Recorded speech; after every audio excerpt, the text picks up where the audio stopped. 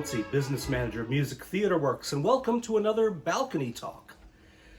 The balcony may be closed, but I'm still talking. Now, over the past few weeks, during this time of social distancing, I've been recommending some of the great music and theater available online. I also recommended Andrew Lloyd Webber's By Jeeves. I heard from a number of you about that, and last week issued a brief but heartfelt apology. Turns out I'm not the only one taking heat for By Jeeves. We take you now to the palatial home of Sir Andrew Lloyd Webber. I just really want to thank you for being so good to watch all of these, and particularly those of you who stayed through By Jeeves. Slow start, I know, but you're the really hardcore. But anyway, this was a great joy for me to see again. I haven't seen it for so long. Come on. He knows! And I love that nervous little burst of laughter at the end. Well, I'm glad he's such a good sport. No worries, Sir Andrew. All is forgiven. Oh, now there's a lot of good stuff coming up this week, so let's get to it. We have yet to turn our attention to the legitimate stage, and there's nothing more legit than Shakespeare. So let's go north to Canada's Stratford Festival. They've been streaming some very well-produced videos of some of their very impressive productions over the last few weeks. And there are two available right now that have really caught my eye. The first is Timon of Athens. I wish I could pull up a YouTube clip of Shakespeare saying, well, this one is only for the hardcore fans. Admittedly, it is probably one of Shakespeare's least loved and least lovable plays. It's a bitter, harsh piece of work, one in which we see a man who has everything reduced to nothing. There's no redemption, no uplift. It's King Lear without the majesty. But it's a fascinating piece, and one which gives the actor playing Timon the chance to create something shocking and memorable. I've only seen it once. It was years ago, back in the days when Chicago Shakespeare played in humbler digs than they do now. It was 1997, and in my mind's eye, I can still see Larry Yando railing against a cursed world. For all its bleakness, it's a powerful piece, and the trailers I've seen of Stratford's show, like the Chicago one in modern dress, look very promising. So check it out, but you've been warned.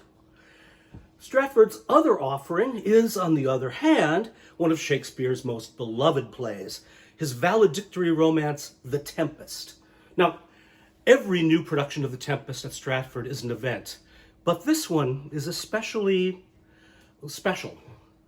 The role of Prospero, the Tempest's philosopher king, master of ceremonies, and Shakespeare by proxy, is taken by the veteran actress and festival mainstay Martha Henry. Now, Henry made her Stratford debut in 1962 in this very same play, playing Prospero's daughter, Miranda. Now, 56 years later, at the age of 80, she takes up the mantle of Prospero. By all accounts, it was indeed an event, and I can't wait to see it. Now, you can find these shows on the Stratford Festival's YouTube channel. The Timon will be Timon. It's Timon. I always get that mixed up with the Lion King. Timon of Athens is available until June 11th. You'll have to act a little faster to see The Tempest. That will be up until June 4th. Okay, we've brushed up our Shakespeare, so how about some opera? The Metropolitan Opera continues its remarkable stream of a new opera every 24 hours. Now remember, these are only up for a one-day window, so you have to act fast, and they start at 6:30 Central Time. The coming week holds some real treats. Let me bring two to your attention. They both tell the same sad story, that of the French convent girl Manon Lescaut, who came to a bad end.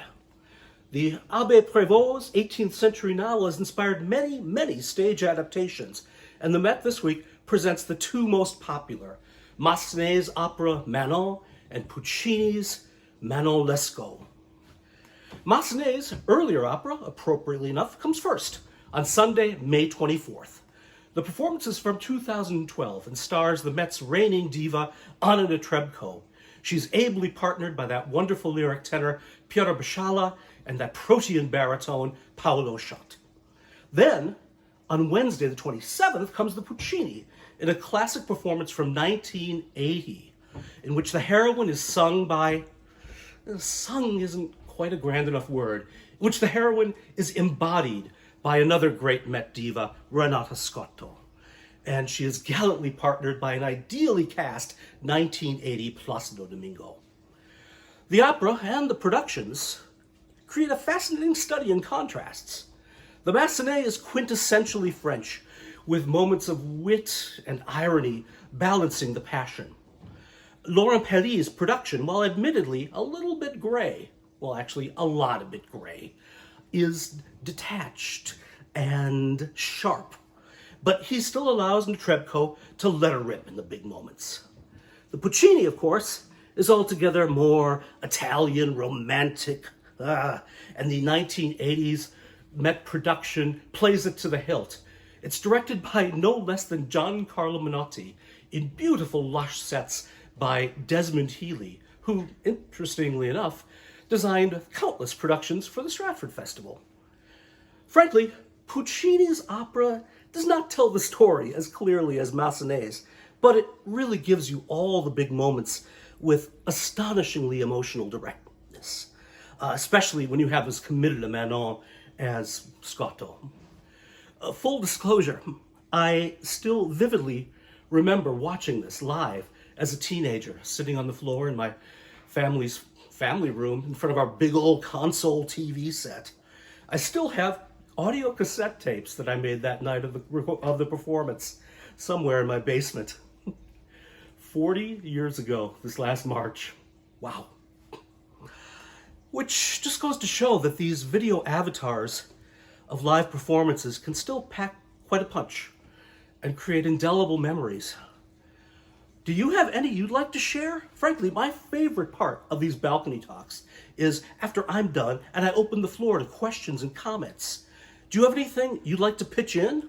I'd love to hear it and share it with our Music Theater Works family in these videos. The best part of the balcony talk for me is the conversation. And for the last weeks, I've been talking at you, but I'd much rather talk with you. So, keep those cards and letters coming. And in the meantime, stay well, stay safe, and thanks for watching.